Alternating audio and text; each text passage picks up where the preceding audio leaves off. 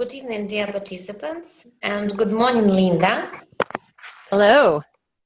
Please write in the chat if you can hear us. Write plus or from 1 to 10. Oops.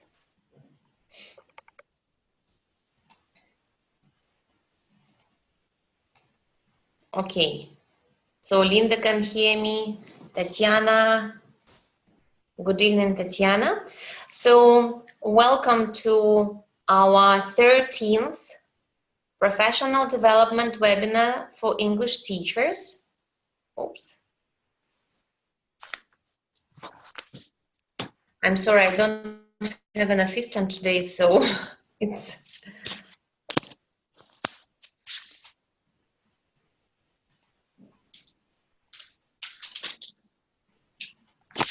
Just a second.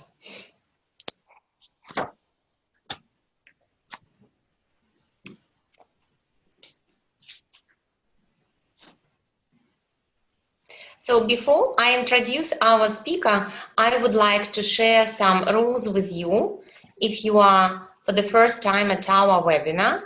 So we have some rules. So I will be muting you during the webinar so that not to interfere other participants. But if you have a question or a comment, we will give you special time for that. And also you can write your questions and comments in the chat. If we don't have enough, so our webinar is only 1 hour, 60 minutes, and some time will be given for presentation and questions.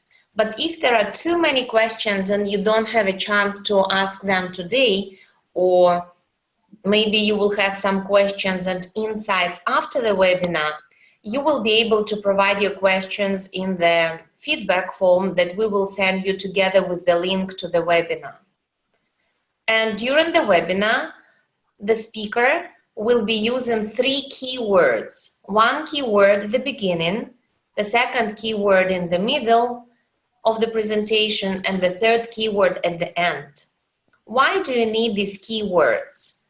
So as we experience some difficulties with monitoring and registering the attendance of the webinar, we came up with this system. So please listen to these keywords because they will be cut out from the recording. And to get the certificate from Casti Association, so to get the certificate from Casti, you will have to provide these keywords in the feedback form. Do you have any questions about the format and the organization of the webinar?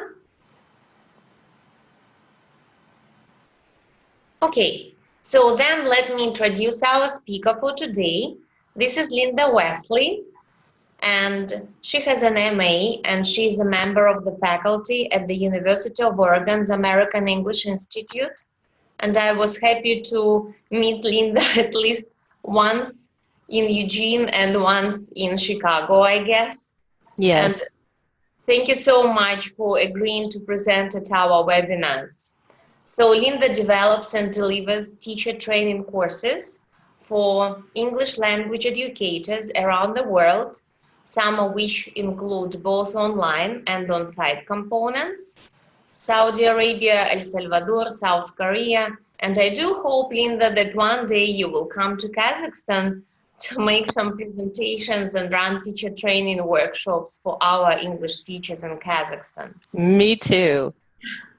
So also Linda specializes in teaching English to lower level learners and works extensively with adapting materials to different CEFR reading levels and also making curriculum materials more accessible to students with disabilities. Also, Linda holds an advanced degree in teaching English as a second language from Western Kentucky University, and she has worked in K-12, junior college, and university environment. And also, Linda spent 17 years in foreign language education and ESL in US public school system.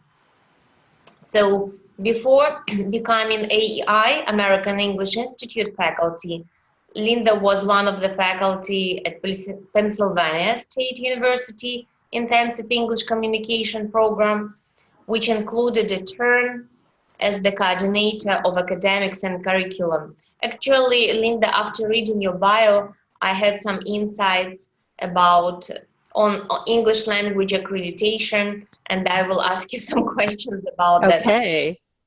So I will stop sharing my PowerPoint, so you are welcome to start sharing. And Linda, you were using the camera and now I don't see you. Oh, no. So, and also, dear participants, if you would like to make a comment or ask a question, you can unmute yourself clicking on the left button at the bottom. Yeah, left. Or you can write in the chat, and Linda, I will be happy to help you with the questions in the chat. And you can, so also other participants can also switch on their cameras if you like. Linda, I don't see you. Yes, I'm going to try to unplug my camera and plug it in again. Okay, take your time. So you see, Tatiana, also interested in that you have good experience in teaching low level. I think we are all looking forward to your presentation because this is our challenge here in Kazakhstan. Well, I would be happy to help you meet that challenge. Okay, hi everybody, I'm Linda Wesley, and I'm so excited and happy to be here, and thank you so much, Yelena, for this invitation. I noticed that it's number 13. Usually that number is not lucky in the US, but hopefully it will be a lucky number for me. So I'm going to start sharing my screen.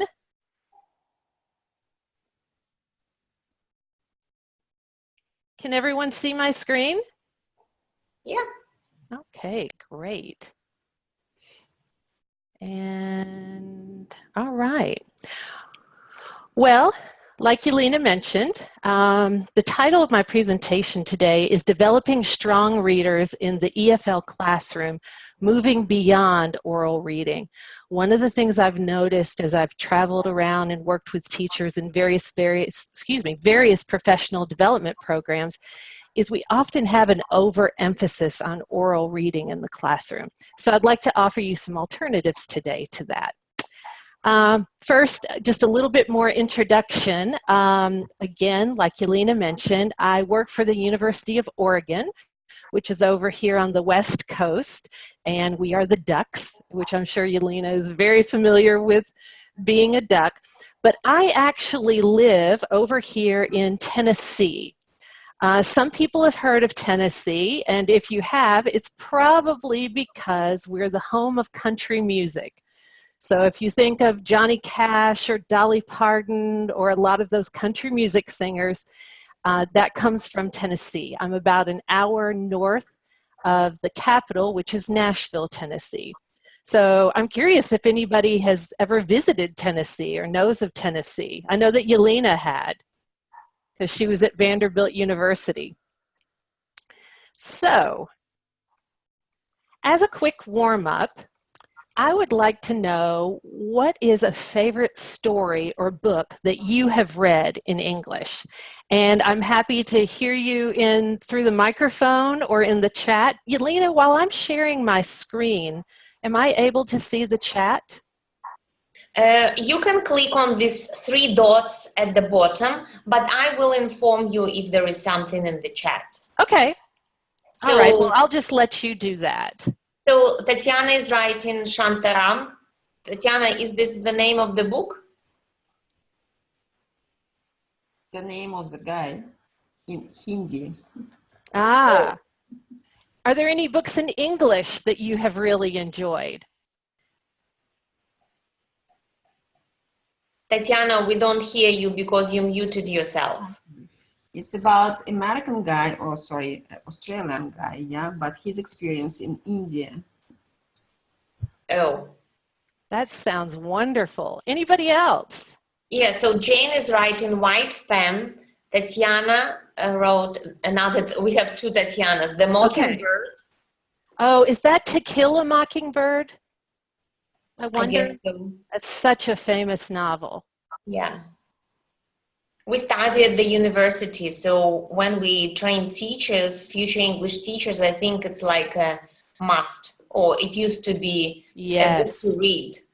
And it's actually a must in the high school curriculum for a lot of, for most schools in the U.S. as well. Usually during maybe their 11th grade year. White Fang, that's another wonderful book. Anybody else? I'm really hoping we have a lot of interaction today, so I'm hoping I've that read Canary Row recently. Which one? Canary Row. Canary Row, yes. Did you enjoy it? Yeah, of course, and I found it in this little street library in Eugene. Yep. Yep. Sometimes I find the best books in those little tiny libraries. Oh, Pride and Prejudice. We have a Jane Austen fan. Yeah. Yeah.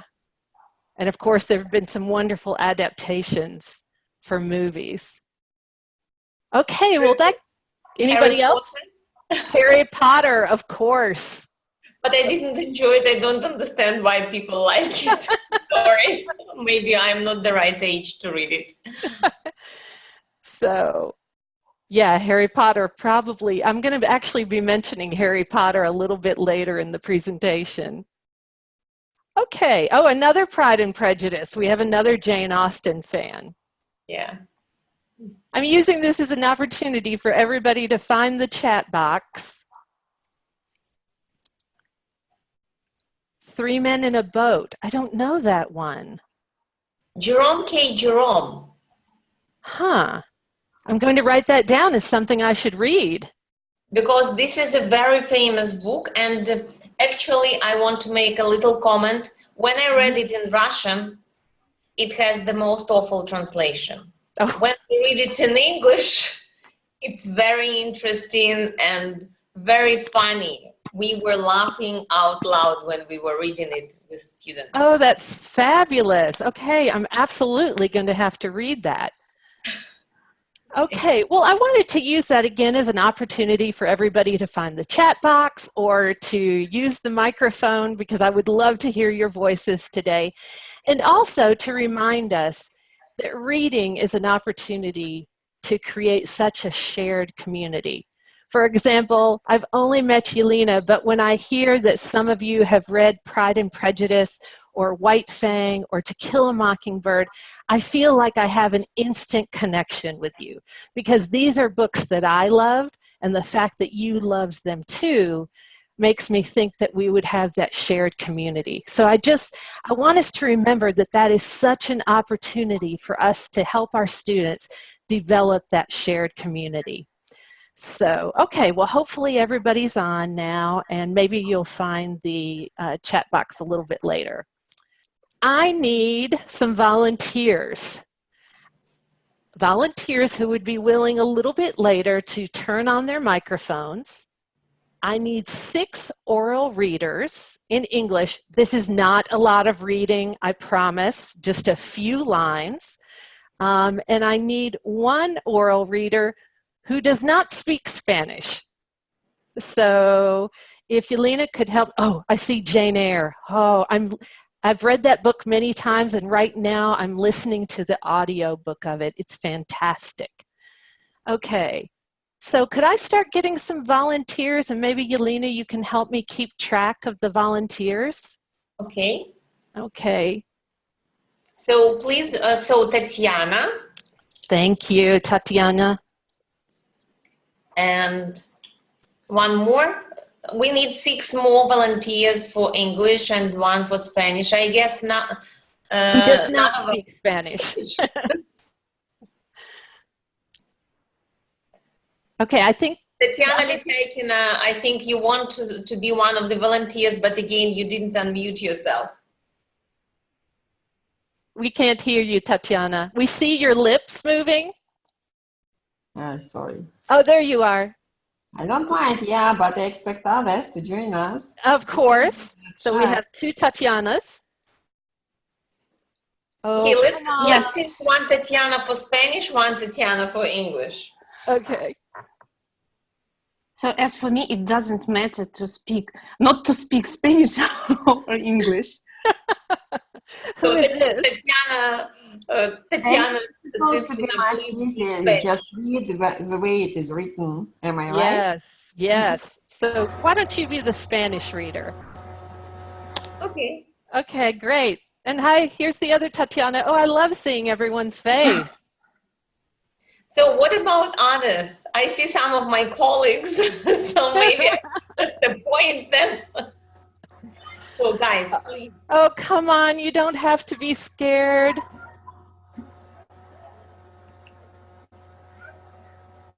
Everybody's hiding. Look, we have Jane Austen. I know, I was thinking with Jane Austen. Come on, Jane. Okay. Okay, well, we'll move on and maybe somebody will agree a little bit later. So please write in the chat if you're willing to be a volunteer. All right. So, and again, this is not much reading, just a little bit. So, I want to start out today with asking you the question, what is a good reader? When you think about your classroom, how do you describe a good reader? Again, you can do this with your microphone or you can do it in the chat box. It can be just one word or a phrase. What are the qualities of a good reader in your classroom?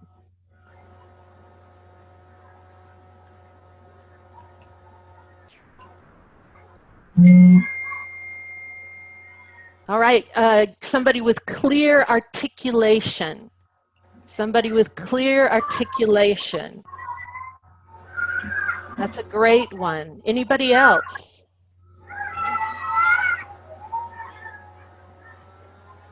Oh, come on, everybody. I was hoping for some interaction today.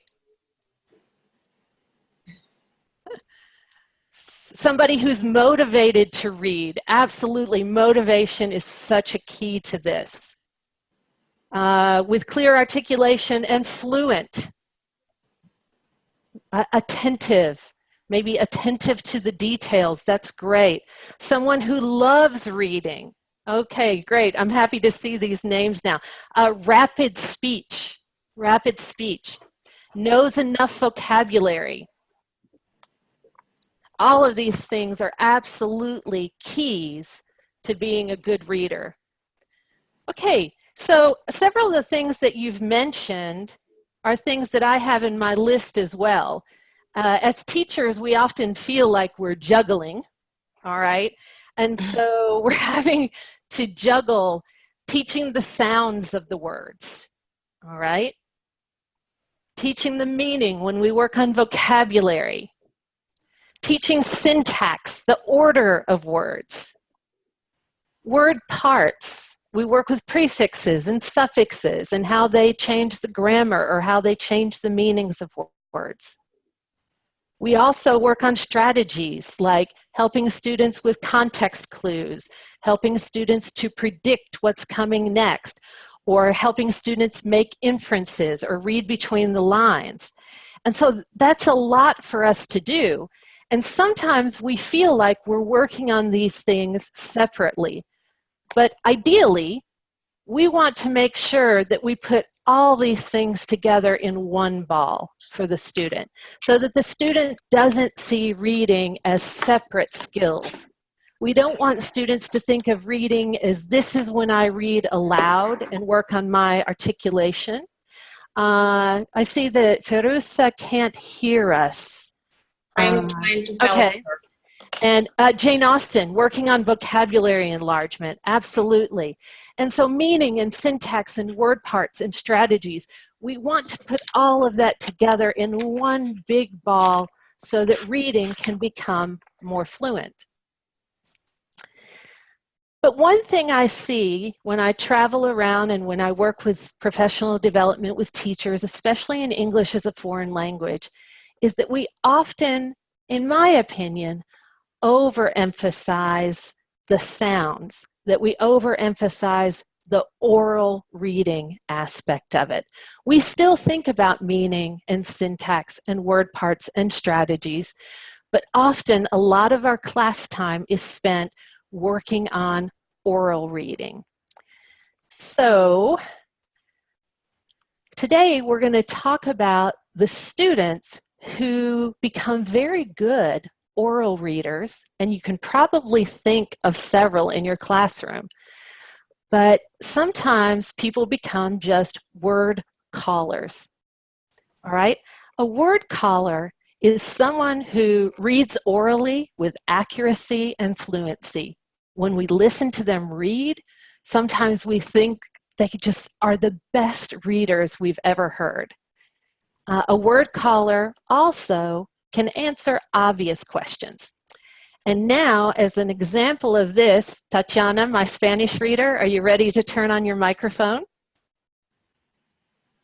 Which one? The other Tatiana. Okay. All right, Tatiana, are you ready? Ready? Okay, so I'm going to go to this slide and use an example in Spanish. And you mentioned earlier that you say it like it looks. And so let's see how you do reading this. You ready? Ready. Okay, let's hear you. Mi nombre es Sangeeta. Tengo 11, I don't know in Spanish. Okay. Vivo en Nueva Delhi, India, con mi padre, madre, 2 hermanas u 3 hermanas. Mis abuelas también viven con nosotros. En la India la familia es muy importante. Es común tener abuelos, tías, tíos, primos viviendo en la misma casa. Tatiana, that was incredible. And you promise you don't read Spanish? I don't read English. You don't read Spanish. I just can recognize some words which look similar and sound similar to English or Russian. Exactly. And let me ask you just a few questions about it. What is the name of this person? Tatiana, unmute yourself, please. Yeah, Okay. I think his name is Tango. Okay, you're very close. The next word before is Sangeeta. San Diego, yeah. And how old do you think Sangeeta is? Sorry? How old do you think Sangeeta is? 11. Okay. And where does Sangeeta live? In New Delhi. In New Delhi, India. Very good. Now, as she was reading, those are very obvious questions. All right. But let me ask you, do you know this word abuelos? Oops, I'm sorry. Do you know this word abuelos? Back. No. No. Do you know this word tías and tíos? No idea. She has no idea, but I have to tell you, as a former Spanish teacher, her pronunciation of these words was beautiful.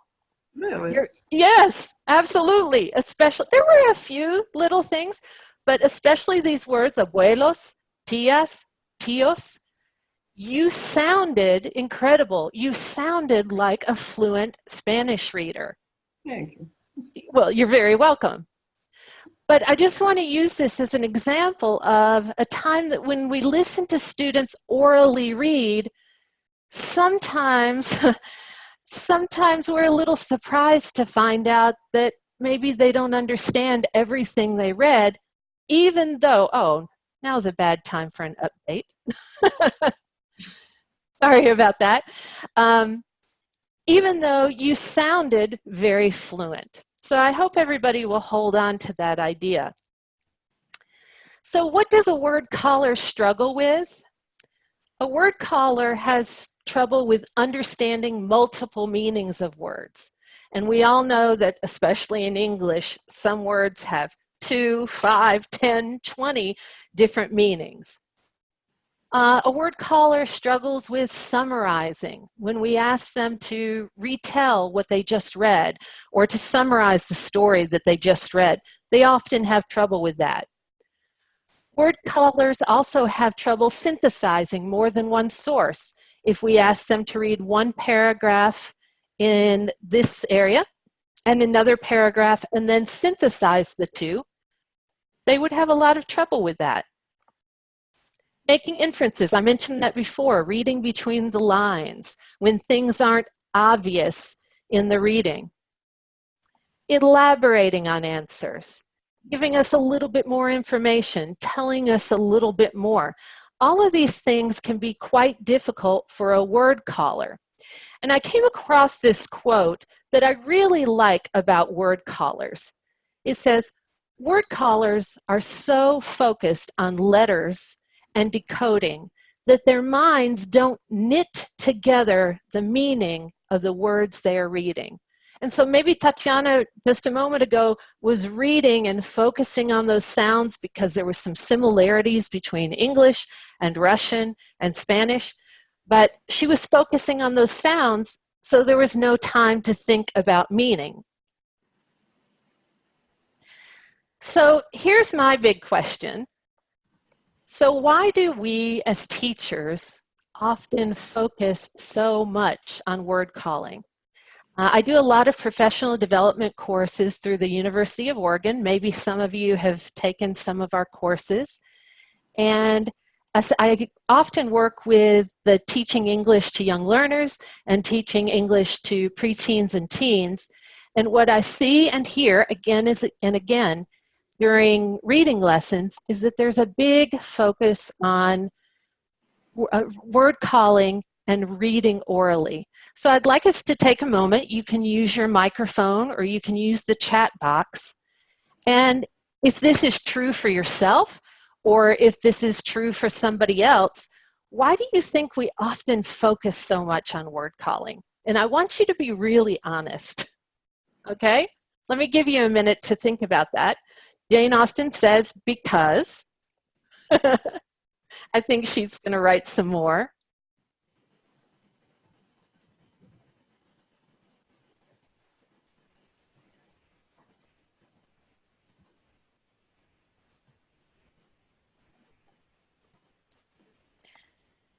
Tatiana says, actually, I'm not a fan of reading aloud, but sometimes students want to read aloud, okay?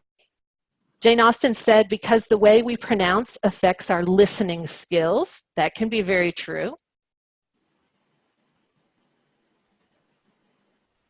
I'd like everyone to just post a quick answer. Elena says, I would like to make sure that learners have clear pronunciation and will be understood when they speak.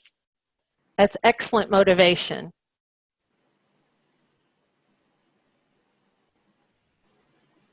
This is how they demonstrate their understanding.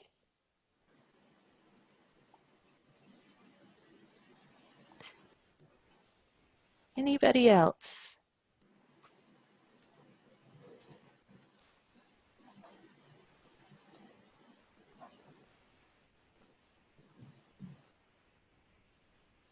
It's a way to improve students' speaking skills. All of these things are very, very true. To improve the pronunciation of students. So I'm reading these, and one thing I hear a lot is, Tatiana, I was looking for that answer. I was waiting for that answer, to keep them quiet. That was a very honest answer, and one that I think most of us can relate to keep them quiet. One thing I keep seeing in your answers is a mention of pronunciation, speaking, and listening skills. And while all of these things are very, very true, and they can all be helpful with that, we have to remember that the primary purpose of reading is not oral reading. Actually, once we leave the classroom, there's not that much oral reading. We tend to only orally read when we want to make a presentation, such as this one, or when we want to share some information. But the majority of what we read is done silently and alone. And so we need to offer some opportunities for students to do that and to help the students understand that reading orally is an important skill, but it doesn't necessarily mean that they can read well when we're talking about reading for comprehension. And that's one thing I've noticed with my students over the past 30 years, this is my 30th year of teaching, is that a lot of students don't even realize that there's a difference between word calling and reading comprehension. I wanted to share a few of the answers I've gotten over the years, and Tatiana, you've touched on one of those. Here's some other answers I've gotten. My principal, that may be called your director or your headmaster or department head. My principal is impressed when he hears my students read. He says I must be a good teacher. All right. And so it's a way that we can often impress the administration or impress the parents. Another answer I've heard is, and I think this is a very honest one, I don't feel comfortable teaching comprehension, but I feel very comfortable with pronunciation. All right. I know as a former Spanish teacher, I was often in that situation. I felt very comfortable teaching the sounds of the words and how to read them very clearly. But as a young teacher, I didn't feel as comfortable working on comprehension skills. And then the third one, which Tatiana touched on, is when I have everyone in the class read, the other students have to be quiet, and I can control my classroom. For those of you who have maybe taught in classrooms with 30 or 40 or 50 students, especially if they're younger, they're always looking for ways to have good classroom management. And oftentimes, that is because our administration says that we need that good classroom management. So see, these are some things that I think have contributed to that.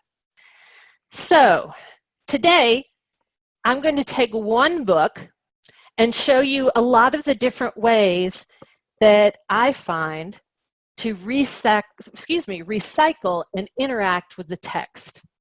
I feel very strongly about this, so I'm going to say this 3 more times. I think one of our biggest strategies is to recycle and interact with the text, recycle and interact with the text, and recycle and interact with the text.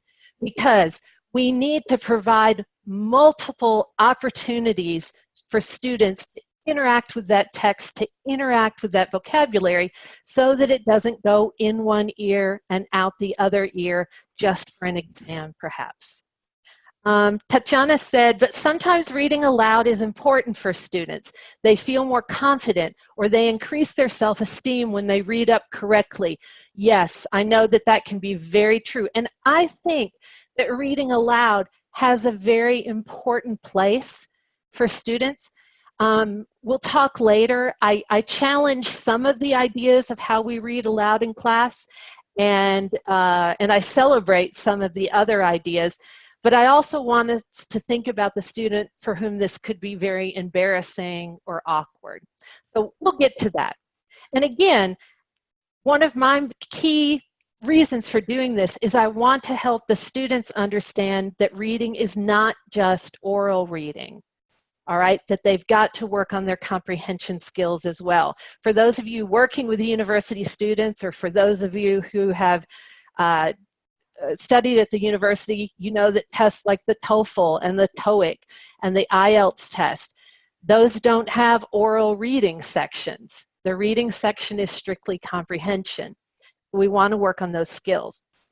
Moving along, today I've chosen one of my favorite, probably in the world, one of my favorite children's books or books of all time. This is called The Very Hungry Caterpillar. And if you're familiar with this book, if you'll just type yes in the text box, I'm curious about if anybody is familiar with this children's book. And before you say, I don't work with children, therefore I can't use children's books, I want you to know that the majority of, Yelena says no, Dina says no, then it is my honor to introduce you to The Very Hungry Caterpillar today. And I also want you to know that although I have used this with children, the majority of the time I use this, I work with my lower level adult students. Now, the first thing some people say is, but adults will be insulted if I use a children's book with them. Not necessarily, somebody says, very interesting book, never heard, sorry. I tend to use children's literature, very famous children's literature, with a lot of my lower level adult learners, but I always do this in the context of it being a piece of American culture. Because, for example, this book right here, if I go to a store, I may see toys that look like this caterpillar.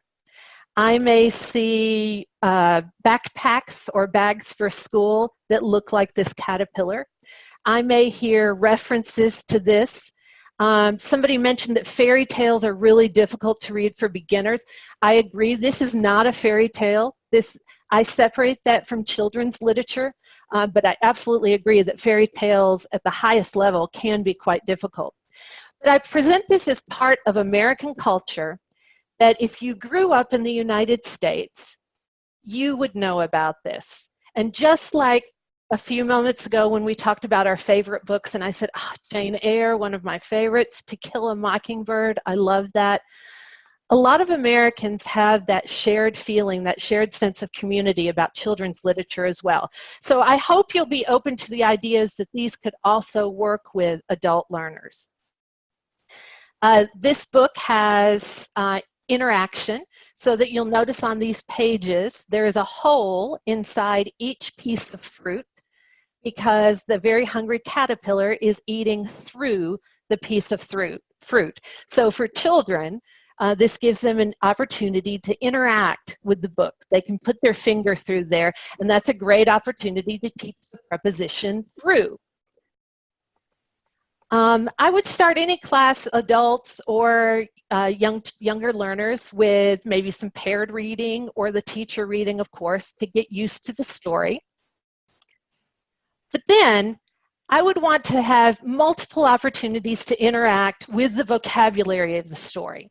And so we might start with some of the vocabulary, and I would provide the word and the picture together. And so students could see this clear picture of a moon and associate it with the word moon. This might be an opportunity for me to talk about the oral reading skills of the O-O often having the oo sound, or the egg having the short E sound, leaf that sometimes E-A has the long E sound, sun, the short U sound. So all of that is part of this, but it's not all of it. After I've introduced those, maybe later in that lesson or on another day, and of course our caterpillar, I would start with the picture first. And I would ask students, okay, look at this picture. Do you have the word in your mind? And hopefully the students say moon. And if they do, that's great. But I want them to realize that if they don't have the picture and the word together, they still need to be able to connect that. So we have moon. And then I would ask students now, what is this? If anybody has their microphone on. Egg. Egg, thank you. And we would look at that word again and associate the word with the vocabulary word. This word. Leaf. Leaf, that's right. And we would look at the word again and associate it with the picture. This word? Sun. Sun. And the big word, of course? Caterpillar. Caterpillar, excellent. And so then students could feel more confident about that. But then later in the lesson or on another day, we would take the word first. And this gets a little bit more difficult. I might ask the students, look at this word. Say the word, moon. Close your eyes. Look at, do you see a picture in your mind? Is this the picture?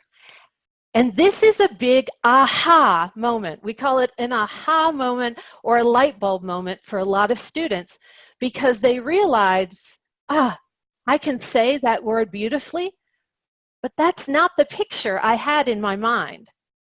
And we could move through those same words. And again, this is an opportunity to let students know that just because you can read it orally doesn't mean that you necessarily understand the word, that you have comprehension. And then as we move along, we can start putting this together. And so this is where I was hoping to have some oral readers. Would somebody like to read this? Anybody? Tatiana 1 or Tatiana 2? Should I read? Yes, please. Oh, okay. In the light of the moon, a little egg lay on a leaf. That was beautiful, Tatiana. And this shows me thanks. that not only does she know the word moon now, she also realizes the picture and the vocabulary word associated with it. Anybody else for the next one? Oh, come on, don't be shy. I'll try this one. One Sunday morning, the warm sun came up, and pop, out of the egg came a tiny and very hungry caterpillar. And for those of you who might not be familiar with this book, the caterpillar moves through the days of the week, and he eats a little bit more each day. And when he gets to Saturday, he eats all of this at one time. On Saturday, he ate through one piece of, anybody? Cake. What kind of cake? Chocolate cake. Chocolate cake. One Ice cream. ice cream cone, yes. One Cucumber. pickle, yes. One slice of Cheese. Swiss cheese, yes. One slice of, this one is a little difficult, salami. Salami. One, Indeed. yes, one candy, or in this book they call this a lollipop. A lollipop. One lollipop. One piece of, Cheesecake. Cheesecake. oh, almost, cherry pie. Cherry pie. One sausage, one Cupcake. cupcake, and one slice of Watermelon. watermelon. Again, I use this with adults, and this is the proudest moment when some of my lower level adult learners can move through this. And one of the reasons it makes them so proud is a lot of our adult learners have children, or they have younger brothers and sisters, nieces and nephews. So the idea now that they can take this book and read it to their own children or their own family is something that gives them so much pride, and that they can feel proud of that oral reading. But again, we're mixing comprehension in. I also work with pronoun reference. That's something, that's a TOEFL skill, where students are, where test takers are asked, who does he refer to, or what does that refer to? And so in this story, what does he refer to? He started to look for some food. He was still hungry. Who is he? Caterpillar. The caterpillar, all right? And that's strange for a lot of students because they think, how can a caterpillar be a he?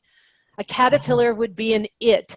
But then we talk about, in children's literature, we often make the animals or the creatures or the insects male or female. So this is a very easy introduction to pronoun reference that we can start building up to TOEFL level pronoun reference. This is another great opportunity to intersect this with your grammar lesson. When I teach a course that has grammar and reading together, I almost always use this book because it gives me a wonderful opportunity to work on the difference between regular past tense verbs and irregular past tense verbs. So in the light of the moon, a little egg lay on a leaf. Is that present tense or past tense? Past. Past tense. And what is the base form of that verb? Where did it come from? Eat. Lie. Eat. Yes, lie. So it came from lie. Oh, is that regular or irregular? Irregular. Then we can look at came. Came is irregular. It came from come. We can look all through here and see that actually this story doesn't have any regular verbs until the end. He stayed inside for more than 2 weeks. Then he nibbled a hole in the cocoon, pushed his way out, and he was a beautiful butterfly. So this is a wonderful opportunity to take that grammar out of the grammar textbook and show that it's necessary for comprehension, that when we say he ate through one apple, we need to know that ate came from eat. Another thing is that we can work on sequencing. This is a wonderful story to practice sequencing with. And when I mention that, I'm talking about putting a story in order. We didn't have time to look through the whole story, but the story begins on Sunday and it moves through the week. All right, so this is a great opportunity to teach the days of the week in order. You'll also notice that on the first day, on Monday, he starts with 1 piece of fruit, and then the next day he moves up to 2 pieces of fruit. So if we look at these very quickly, how would students put these in order? Again, I usually give students the story cut apart into different pieces. So which one would be the first? On Monday. Yes, on Monday he ate through 1 apple, but he was still hungry. I have the clue Monday, I have the clue 1. What would be the next one?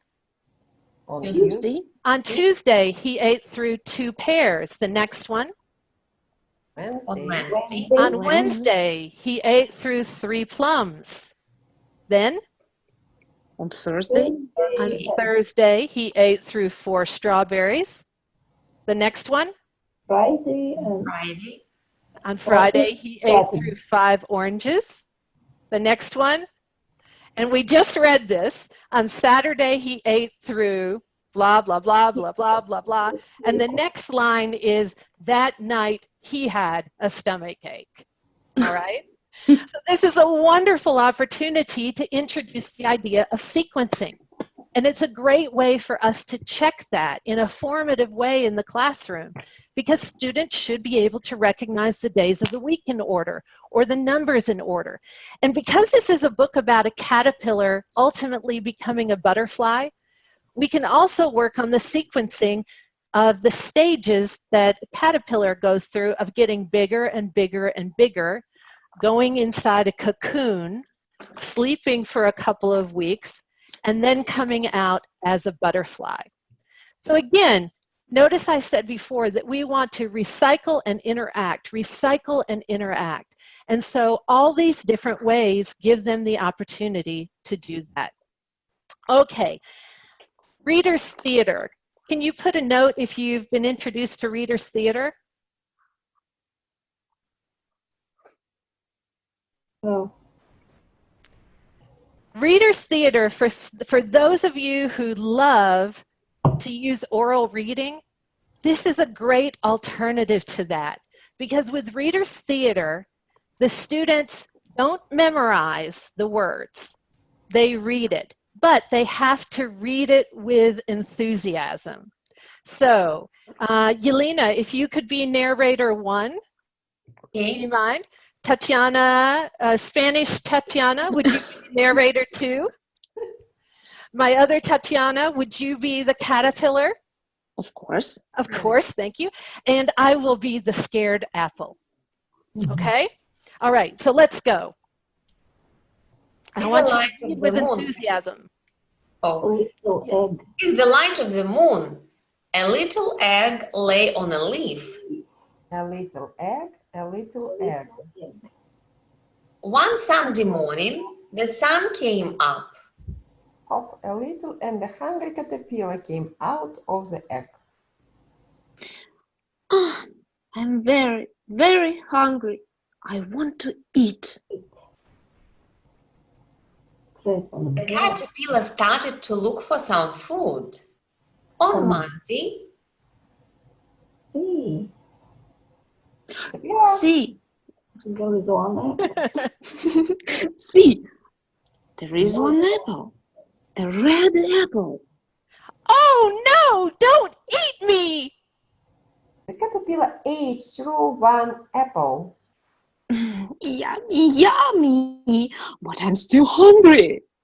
And again, you have your students reading orally. They didn't memorize this, but you can check for comprehension by, do they rub their stomach when they say, I'm hungry? Or do they look scared when they say, don't eat me?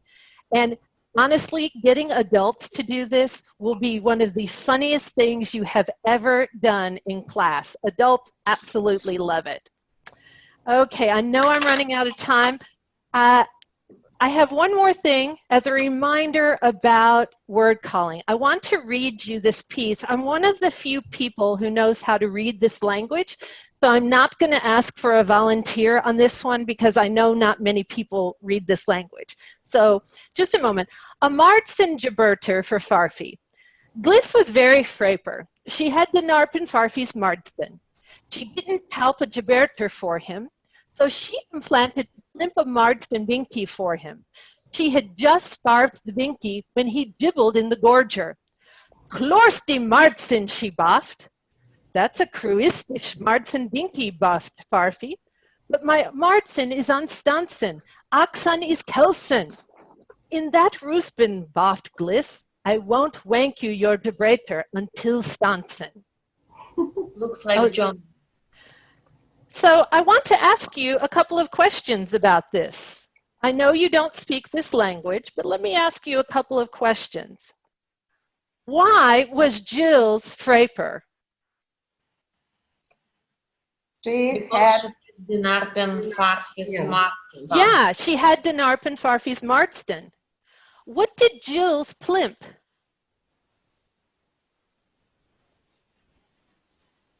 A Maartsen. The Maartsen, that's right. Who gibbled in the gorger when Glis starved the Binky? Oh my God. Who gibbled in the gorger? He gibbled. All right. Maybe He gibbled. Okay. I don't know him, Oh no, but he gibbled. Farfi. Maybe. Maybe. And what did Farfi boff about the Maartsen Binky? What did Farfi boff about the Maartsen Binky? Kroistisch, something like this. Yes, that's a cruistisch Maartsen Binky. That's what he thought. And why didn't Glis wank Farfi his Geberter?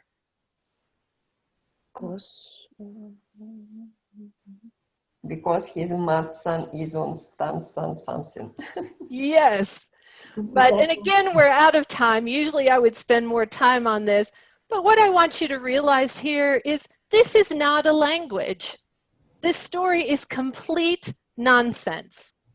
It's complete gibberish. But you were able to answer some of the comprehension questions because you recognized that, oh, this is in the place of a verb. This is in the place, and it had a few words that you knew in it. But again, you were able to answer comprehension questions about a language that's not a language. And so that's just something I want us to think about with our own students, that just because they answer some of the obvious questions doesn't mean that they actually have great comprehension.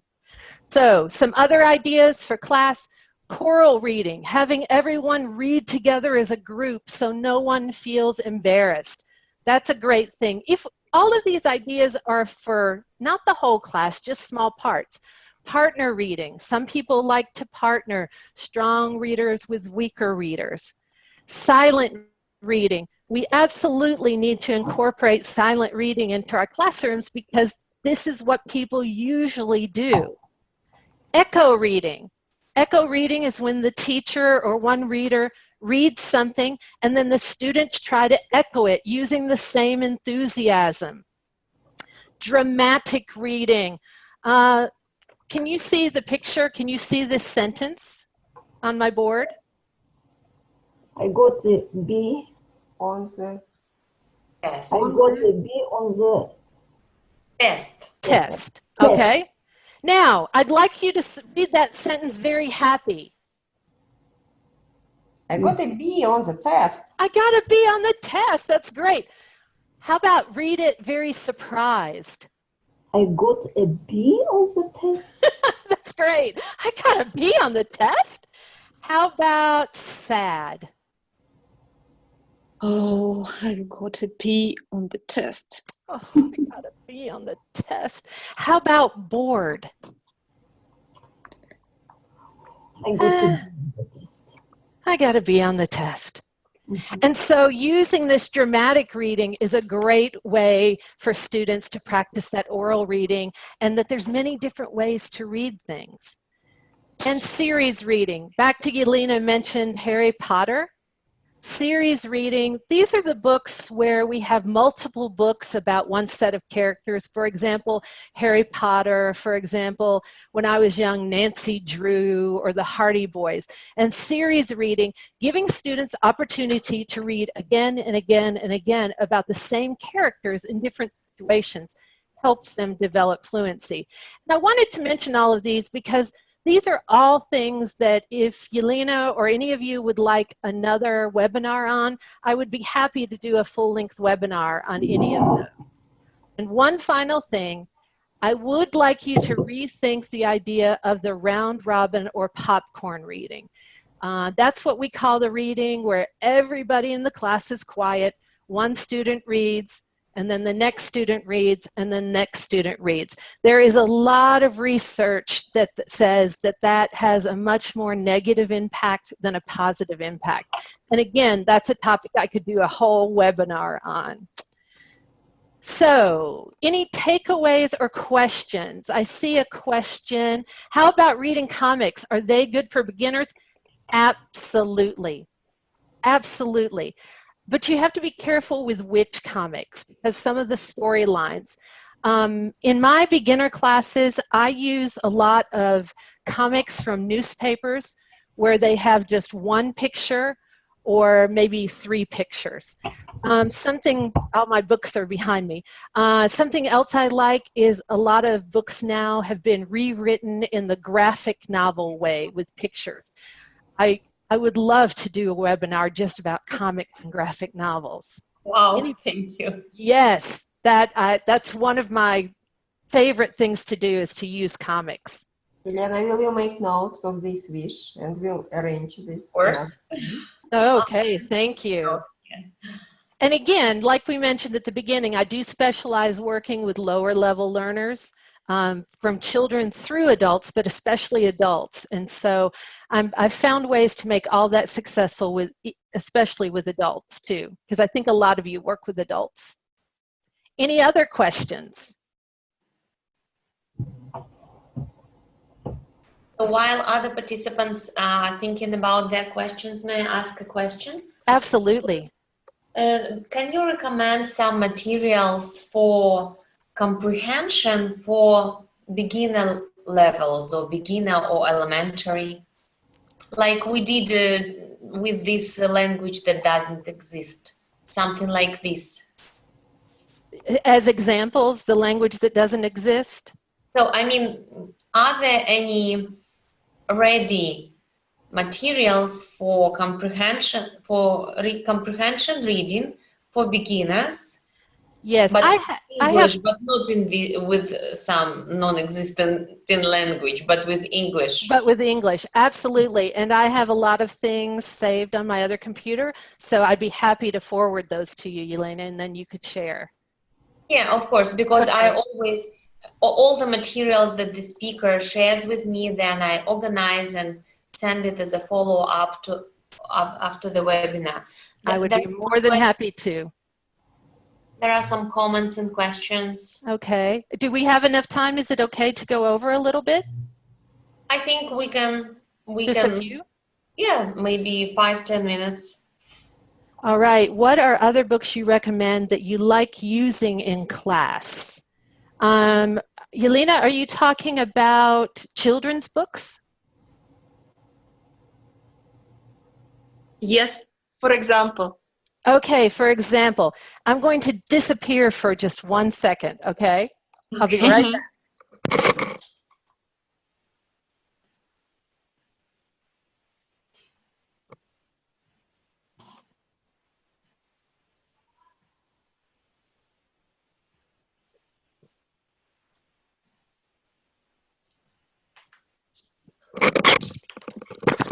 I'm back, like magic.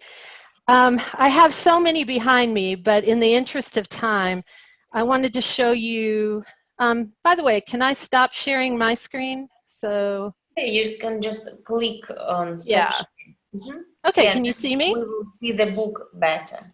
There's 3 books that I always use with my lower level learners, even the adult level. The first one is The Very Hungry Caterpillar. And again, that's a great opportunity to use sequencing, to work on picture vocabulary, etc. Another book I use is The Giving Tree. And this has been translated into a lot of different languages, so you may be familiar with it when the young boy starts playing with the tree, and then he becomes older and older and has less time for the tree. And so it really models, many people believe it models the parent-child relationship. This is also a great story to use for sequencing and grammar, especially the past tense words. And the illustrations are very, very simple. And I'm a huge fan of using, I think most of you are probably familiar with Dr. Seuss. For those of you working with beginners, Dr. Seuss is a great way to work on the 100 sight words, the Dolch list of the 100 words, and phonics. Again, all of these I could do an entire webinar on.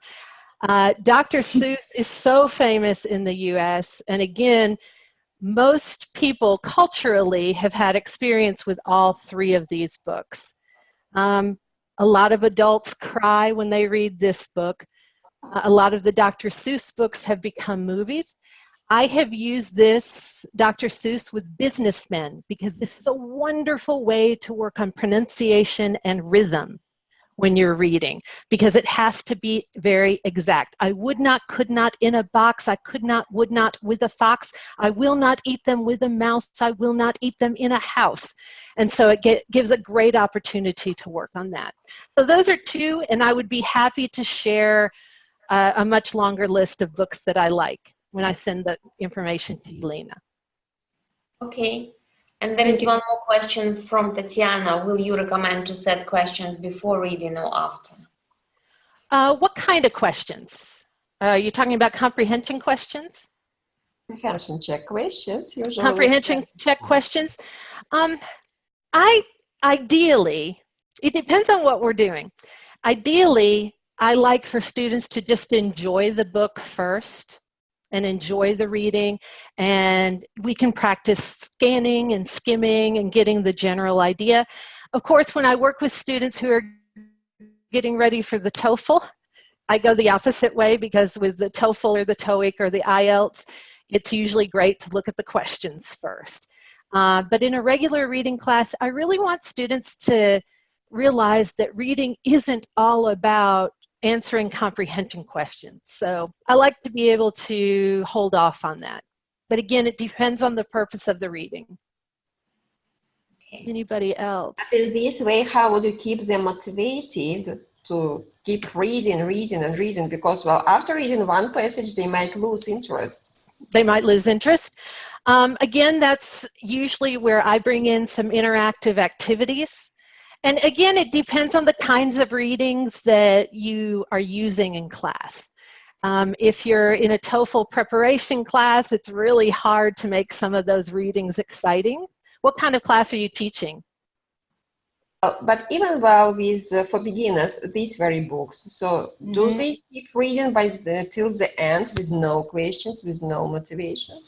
Again, I would try to create a short enough piece to begin with that they felt comfortable moving through, and letting them know that they don't have to understand every word the first time. And then I would, as a teacher, I would want to prepare some different activities, like I mentioned the sequencing or the pronoun reference, or bringing in the grammar, or working on the vocabulary. And so I know that when I started as a Spanish teacher, and I used that example because that was me teaching a language as a foreign language to myself, lots of times I don't think I was prepared to teach reading. I felt that reading was something you either did orally or you did quietly, and you answered comprehension questions.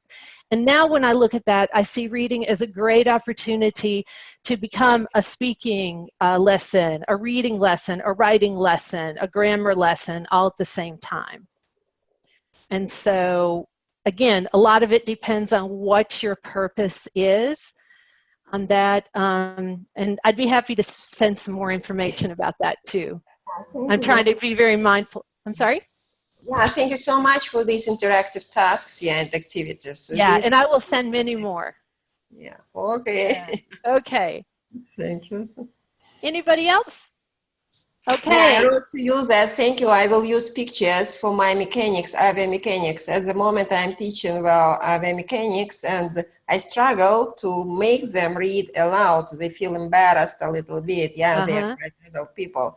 But if I put all these bolts and nuts into the text, so they would definitely recognize, and it would be much easier to read. Absolutely, absolutely. And again, that takes more preparation time for us, but the results are so worth it. And maybe that can become some kind of game or something like that, just multiple opportunities to retrieve that knowledge, There's a great book that I can also recommend. This one is on a closer bookshelf.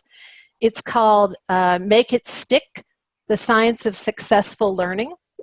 And it talks about how we have to provide our students with multiple opportunities to retrieve knowledge. So many times we say, I gave them the vocabulary list, now it's their job to study.